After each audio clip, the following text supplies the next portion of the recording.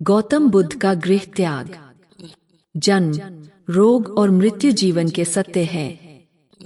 राजकुमार सिद्धार्थ ने इन सत्यों का जब साक्षात्कार किया और उसके मर्म को समझा तो उसी दिन गृहस्थ जीवन का परित्याग करके वे संन्यास मार्ग को उन्मुख हो गए। वह दिन आषाढ़ पूर्णिमा का था।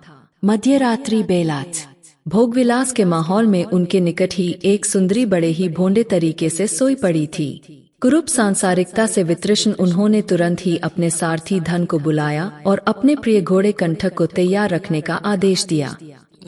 फिर वे अपने शयन कक्ष में गए जहां यशोधरा नवजात राहुल के साथ सो रही थी। उसी दिन राहुल का जन्म हुआ था।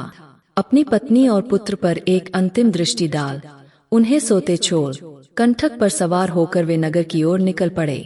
रोकने के प्रयास में उनका सारथी धन भी उनके घोड़े कंठक की पूंछ से लटक गया। कहा जाता है कि देवों ने कंठक के पैरों के टाप और हिनहिनाहट के शोर को दबा दिया और उनके निकलने के लिए नगर द्वार खोल दिए थे। कपिलवस्तु नगरी के बाहर आकर वे एक क्षण को रुके और अपने जन्म और निवास स्थान पर एक भरपूर दृष्टि डाल आगे बढ़ गए।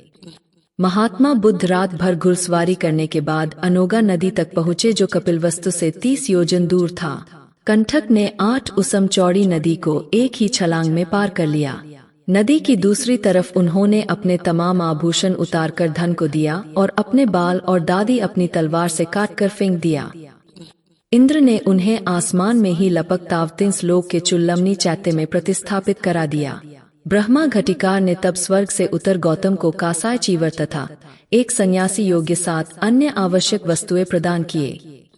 सन्यासी का रूप धारण कर गौतम ने कंठक और धन को वापस लौट जाने की आज्ञा दी, किंतु अपने स्वामी के वियोग को सहन नहीं करते हुए कंठक ने वहीं अपने प्राण त्याग दिए। तो दोस्तों, मुझे विश्वास है कि आपको यह कहानी अवश्य पसंद आई होगी। ऐसे ही रोचक कहानियों के लिए हमारे चैनल हिंदी कहानियाँ को जरूर सब्सक्राइब करें। साथ ही इस वीडियो को लाइक करना ना भूलें। धन्यवाद।